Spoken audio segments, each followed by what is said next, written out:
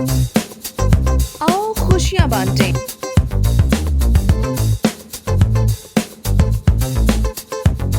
Lahore plus की दुनिया एक कदम और आगे। 24 सितारों के झुरमुट में फिल्म स्टार तबिंदा अली के साथ T time with Tabinda Ali सिर्फ लाहौर प्लस पर। मेरे शो का नाम है, मेरे प्रोग्राम का नाम है T time with Tabinda Ali और मैं कोशिश करूँगी कि मैं अपने शो में उन गेस्ट को बुला सकूँ जिनसे आप मिलना चाहते हैं, मतलब जिनके बारे में आप जानना चाहते हैं। और आज हमारे शो में जो गेस्ट है मोस्ट सीनियर मोस्ट फेमस, वो किसी तारुफ के मोहताज नहीं। तो ज़्यादा बात ना करते हुए चले आपको उनसे डायरेक्ट मिलवाते हैं।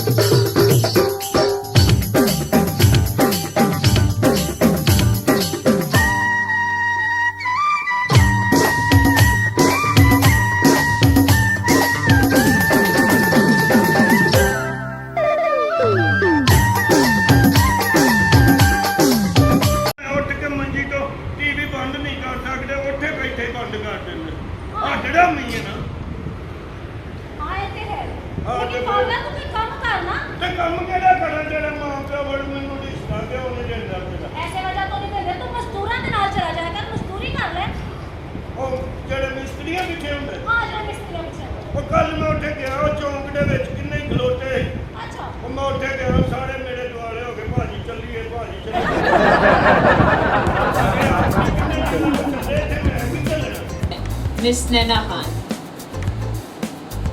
अस्सलाम वालेकुम जी। वालेकुम सलाम, कैसी हैं आप? मैं ठीक हूँ, आप कैसी हैं? मैं ठीक, अल्लाह का शुक्र। सबसे पहले तो मैं आपका शुक्रिया अदा करना चाहूँगी कि आपने टाइम निकाला स्पेशली हमारे लिए और हमारे शो में आई। जी।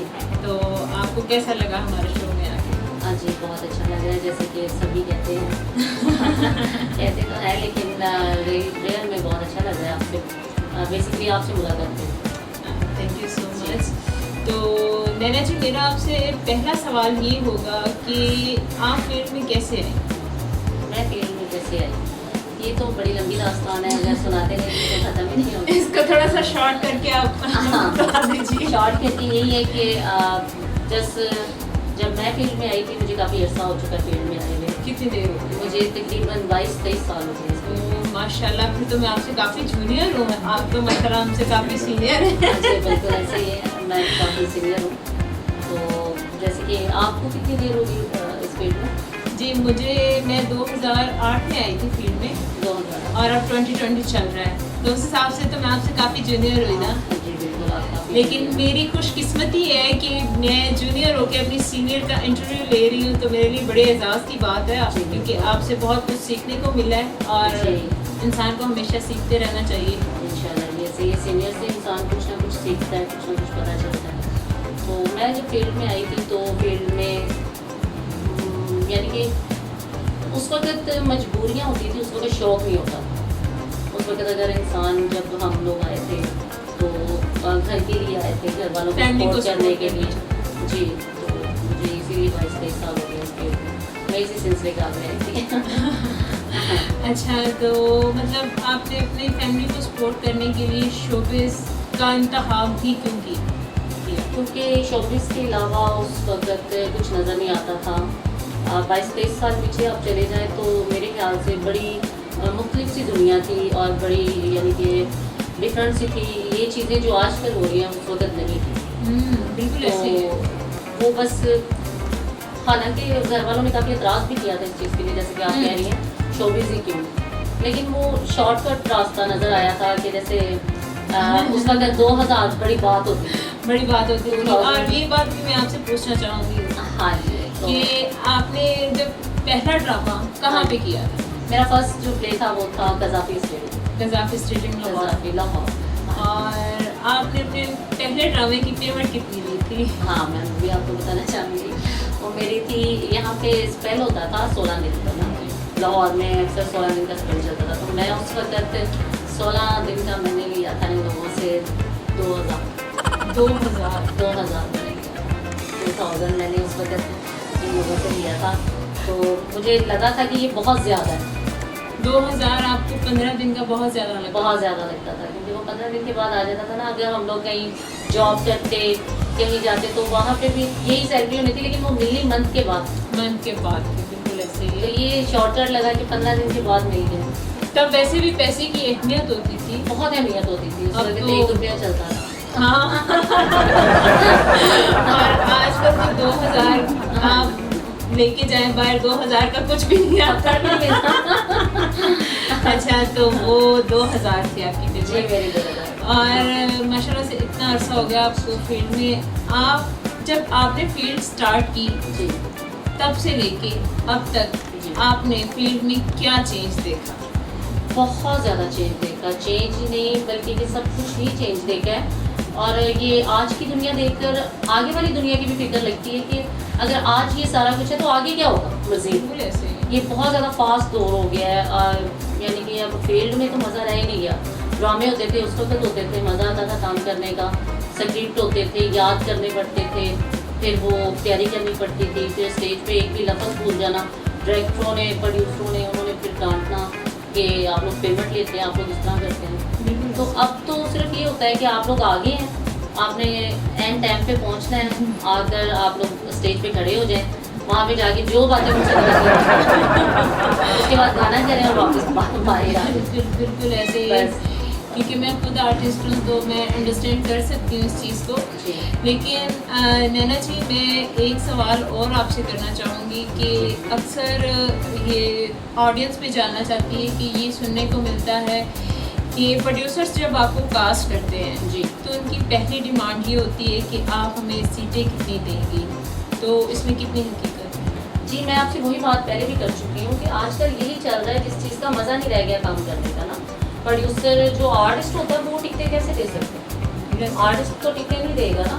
ये जो आजकल की लड़कियाँ आई हैं, ये जो शोज़ वगैरह करती हैं, फंक्शन वगैरह, जिनको कोई जानता नहीं है, या फिर दुबई चली जाती हैं, वो उन लड़कियों ने ये माहौल इतना ख़राब कर दिया है कि वो टिकट्स भी देती हैं, वैसे भी प्रोड्यूसरों के साथ भी हैप्पी रहती हैं, रिलेशन फिर उन्हें आर्टिस्टों की ज़रूरत नहीं पड़ती। हाँ, जो काम करने वाले लोग हैं वो उनकी बहुत उनको कोई पीछे। ज़रूरत नहीं, बिल्कुल ऐसे काम करने वाले लोग बहुत पीछे चले गए। पीछे चले गए। वो एक आधा इंसान रख लेते हैं कि जिसका कोई नाम होगा थोड़ा सा, या जिसका कोई मसलन के पहचान होगी, वो सिर्फ एक यूज़ करने के लिए ना, पब्लिसिटी के लिए, अदरवाइज वो उन लड़कियों के सर पे काम चला रहे होते हैं। अच्छा, तो आपको क्या लगता है कि हमारी जो सीनियर स्टार्स हैं जी। वो क्या अपनी जूनियर स्टार्स को सपोर्ट करती है, या मेल हो या फीमेल हो? नहीं, बिल्कुल ये गलत बात है। स्पोर्ट तो जो थे स्टार वो कर गए स्पोर्ट, वो स्टार भी बनाकर चले गए। आजकल अगर आप कहें कोई सपोर्ट किसी को करेगा तो नहीं, हर किसी को आजकल सिर्फ अपनी अपनी, वो किसी के बारे में नहीं सोचते। बिल्कुल ऐसे ही है। और सबसे बड़ी बात कि हम लोगों की फील्ड में, जैसे कि मैं खुद मेरा आर्टिस्ट हूँ, तो मैं इसलिए इस चीज़ की मिसाल दे सकती हूँ कि हम आर्टिस्टों में इत्तेफाक नहीं है। जी बिल्कुल। जिसकी वजह से आप क्या कहना चाहेंगे, या आपकी नज़र में थिएटर इंडस्ट्री ज़वाल की तरफ क्यों जा रही, फैमिलीज़ क्यों नहीं आती ड्रामा देखने? हालांकि आज से अगर 10-12 साल पीछे चले जाएं, ठीक है, तो फैमिलीज़ के लिए एंटरटेनमेंट का प्लेटफॉर्म होता था कि वो ड्रामा देखने आती थी। हालांकि तब सॉन्ग भी मेरे ख्याल से नहीं होते थे। ये फैमिलियों के लिए ही बने थे ड्रामे, जो बेसिकली तैयार किए गए थे। जो हमारे सीनियर आर्टिस्ट लोग जो छोड़ गए हैं फील्ड, शायद इसी वजह से वो भी ख़त्म कर गए हैं कि ये फैमिलियों के लिए था कि वो आगे एंटरटेन करें इनको ना। तो अब फैमिलियाँ एंटरटेन तो होता नहीं है, जो माहौल आपको बताया चल रहा है, गाने हैं, लड़कियों ने अपने अपने यानी कि गेस्ट बुलाए होते हैं, वो आकर फिर बेखुदगी करते हैं, तो फैमिलियों की वहाँ पे कैसे जगह हो सकती है? फैमिलियाँ तो नहीं आएंगी ना। बिल्कुल डेफिनेटली ऐसी फैमिली के लिए तो वो एक प्लेटफॉर्म ही ख़त्म हो चुका है। और अब अगर आप देखें, जैसे कि लॉकडाउन ख़त्म होने के बाद जी, आप ये समझती हैं कि मतलब क्या चेंज आएगा हमारे थिएटर इंडस्ट्री में, या नहीं आएगा कोई चेंज? थिएटर इंडस्ट्री जो है वो मेरे ख्याल से तो वो ख़त्म हो चुकी है। अब थिएटर के ऊपर अगर ये कहें कि बहाल होगा तो बहाल होने वाली तो कोई बात नहीं। एक चीज़ और कि मतलब कुछ थिएटर ऐसे महदूद मतलब हो गए हैं कि जिसमें रेगुलर वही कास्ट सालों साल चलती रहती है, ठीक है। और कुछ लोग कहते हैं इसकी वजह ये है कि सिफारिशों पे या प्रोड्यूसर्स के साथ रिलेशन रखने में या मतलब वो सीटें देने में, ठीक है। और सीटों वाली बात तो आपने क्लियर कर दी कि जो आर्टिस्ट है वो किसी को नहीं बुलाएगा, आर्टिस्ट को देखने ऑडियंस खुद आएगी। और जो दूसरी बात मैंने आपसे कही कि जैसे सिफारिशें, ये बदमाश जो भी हैं, इनकी सिफारिशों पे लड़कियों को रखा जाता है, इसमें कितनी हकीकत है, क्या कहना चाहिए? तबिंदा जी, मैं आपसे यही कहना चाहूँगी कि जो भी लड़कियाँ, हर इंसान की अपनी कैटेगरी है। अब हम लोग भी हैं, मैं 22-23 साल से काम कर रही हूँ इस फील्ड में, मुझे किसी से कोई लेना देना नहीं। मैं अपना, मेरे पास काम है, मैं काम दिखाती हूँ और काम के सर पे मैं काम करके अपने घर आ जाती हूँ। मेरा किसी से कोई बदमाश है, कोई प्रोड्यूसर है या कोई भी है, मेरा उनसे कोई लेना देना नहीं। आप अपनी जगह पे बिल्कुल राइट है कि ये सिस्टम चल रहा है, इस टाइम पे आजकल चल रहा है, हो रहा है। हाँ जी, ये वो भी लड़कियाँ जो, जैसे कि मैं पहले भी नॉमिनेट कर चुकी हूँ कि जो दुबई में जाती हैं, जो ये फंक्शन वगैरह करती हैं, ये उनकी वजह से काफ़ी जो है ना ड्रामों का माहौल वो डिस्टर्ब हुआ। तो नैना जी, आप मुझे ये बताएं कि आपने माशाल्लाह इतनी देर हो गई ड्रामे, आज तक कितने ड्रामे आपने कर लिए होंगे? ये मुझे याद नहीं है, बस मैंने ये आपको बता दिया कि मुझे 22-23 साल हो गए। मतलब इस हिसाब से तो आपने काफ़ी माशाल्लाह ड्रामे किए बहुत होंगे। और आपका मतलब सबसे ज़्यादा फेवरेट और फेमस रोल कौन सा था?